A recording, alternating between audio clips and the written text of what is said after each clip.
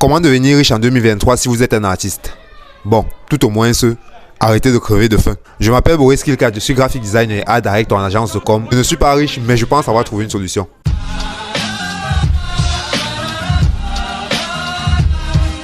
Il faut déjà comprendre une chose, c'est qu'avant, la richesse reposait sur deux piliers. Un, le labor qui est la main d'œuvre et deux, le capital qui est l'argent qu'on peut investir. Sauf que dans notre génération, deux autres piliers se sont ajoutés. Le code qui permet que les gens tels que Elon Musk, Olivier Madiba ou alors Jeff Bezos s'en sortent. Et le média qui permet que les gens tels que Lena Situation, Mr Beast, Gabriel Nandjip s'en sortent aussi pas mal.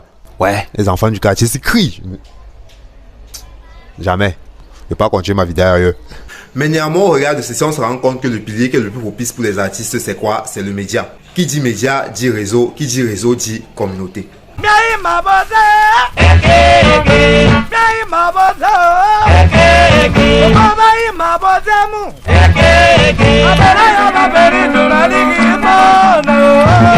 Dans mes vidéos récentes, je parle déjà de l'importance pour un graphic designer en particulier et pour un artiste en général d'intégrer des communautés d'artistes qui font la même chose que lui ou non. Vous pourrez regarder ces vidéos pour en savoir plus, mais mon postulat de base est que l'être humain est un animal social. Il performe mieux lorsqu'il se retrouve dans une tribu. Cela m'a été confirmé par l'invité du Creative Exchange, Ludovic Nkote.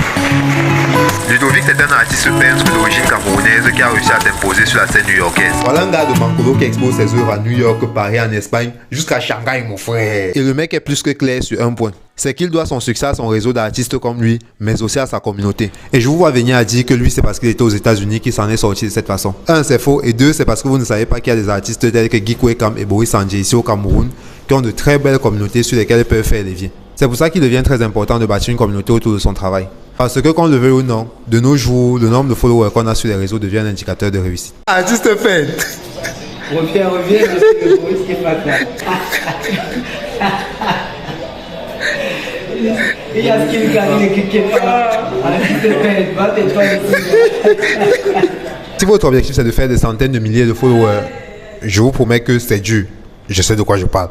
Alors, plutôt que de mettre votre focus sur la quantité, je vous recommande de mettre votre focus sur la qualité de vos interactions et la qualité de votre réseau.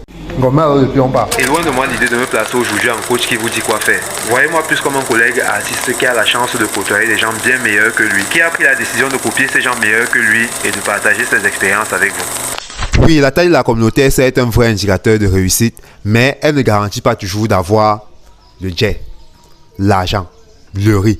Et je peux le dire ainsi parce que dans mon métier, j'ai été amené à côtoyer des personnes qui ont de grosses communautés, mais ces communautés ne sont pas forcément ce qui paye leurs factures ou encore moins même un levier qui leur permet de gagner de l'argent. Ouais, 10 000 followers ne veut pas forcément dire que tu auras 10 000 francs à la fin du mois. Pourtant, nous sommes tous d'accord sur le fait que ça demande beaucoup de travail de pouvoir créer du contenu régulièrement, animer ces communautés et les faire grandir à ce point. Et la discussion avec Ludovic m'a fait tomber des blind spots. Le mec te raconte qu'il avait un petit boulot pour pouvoir l'aider à payer ses factures. Il avait son atelier où il travaillait son art, mais chaque fois qu'il entendait qu'il y avait une convention, un regroupement, une conférence d'artistes quelque part dans le pays, il se sacrifiait pour pouvoir payer son transport et arriver là-bas. Le fait d'arriver à ces événements est un moyen pour lui de faire en sorte qu'on se rappelle de lui dans le milieu. C'est con que je m'en rende compte que maintenant, parce que c'est ce que je vois ma boss Jeanne Audrey faire tout le temps. Elle n'hésite pas à payer un billet d'avion ou un ticket de bus pour aller assister à des conférences barbantes. Et les rencontres qu'elle y fait sont les éléments clés et déterminants pour le business.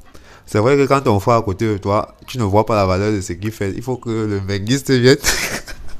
En conclusion, la qualité de votre travail ne suffit plus. Parce que dans notre génération, tout le monde est bon. Tout le monde est au moins à 15 sur 20. Mais à côté, il faut aussi faire un travail pour pouvoir se bâtir des communautés qui plus seront grandes, plus vous rendront crédibles, mais aussi à améliorer la qualité de son réseau et de sa communauté. Parce que it's who you know who get you in and what you know make you stay. Qui veut dire en français, le chien aboie, la caravane passe.